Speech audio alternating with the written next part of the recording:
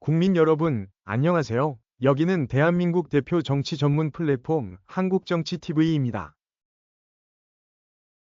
검찰은 6월 12일 쌍방울의 불법 대북 송금 사건과 관련해서 제3자 뇌물수수 혐의 등으로 이재명 더불어민주당 대표를 불구속 기소했습니다.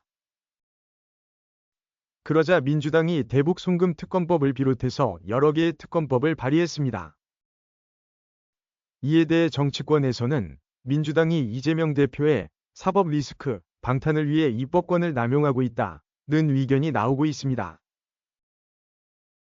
국내 언론 매체들이 보도한 내용을 종합하면 민주당은 6월 12일 정치검찰 사건 조작 특별대책단 회의를 열었습니다.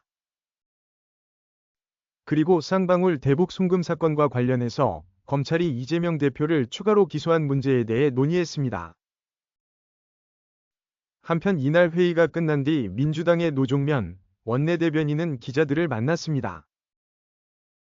이 자리에서 노종면 원내대변인은 쌍방울 사건을 수사하는 검찰이 없는 죄를 만들기 위해 진술을 회유했다는 의혹을 뒷받침하는 관계자의 증언과 쌍방울 내부자의 폭로가 있었다고 주장했습니다. 또한 이번에 제3자 뇌물 혐의 등으로 검찰에 추가 기소된 이재명 대표 본인도 국회에서 기자들과 만나 검찰의 창작 수준이 갈수록 떨어지고 있다고 했습니다. 이에 대해 정치권 주변에서는 이재명 대표가 이번 검찰의 수사, 기소를 조작으로 낙인 찍고 민주당이 당 차원에서 기민하게 대응하며 손발을 맞춘 것이라는 의견이 우세합니다.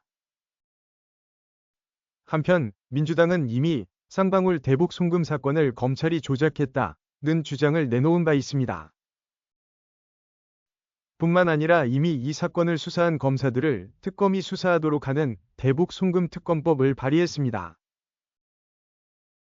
이것은 이재명 대표가 대북 송금 사건과 관련해서 검찰로부터 제3자 뇌물죄 등으로 추가 기소되자 입법을 통한 방탄에 들어간 것으로 해석됩니다. 여기에 그치지 않고 민주당은 수사기관이 증거를 조작하거나 위증을 강요한 경우 처벌하는 내용을 담은 수사기관 무고죄를 새로 만드는 법안도 발의했습니다. 게다가 윤석열 대통령이 대북 송금 특검법의 거부권을 행사하는 경우에 대비하기 위해 이 사건을 수사하는 검사와 검사장을 탄핵 소추하는 방안도 검토 중입니다. 또한 민주당에서는 판사나 검사가 법을 왜곡해 사건 당사자에게 유리하거나 불리하게 만든 경우 처벌하는 내용의 법 왜곡죄를 형법에 신설하는 방안도 검토하고 있는 것으로 알려졌습니다. 한국정치TV는 국내 최초로 탄생한 중립적, 객관적, 과학적, 불편부당한 독립정치 미디어입니다. 여러분의 구독과 알림, 자발적인 후원은 채널의 제작과 운영에 큰 힘이 됩니다.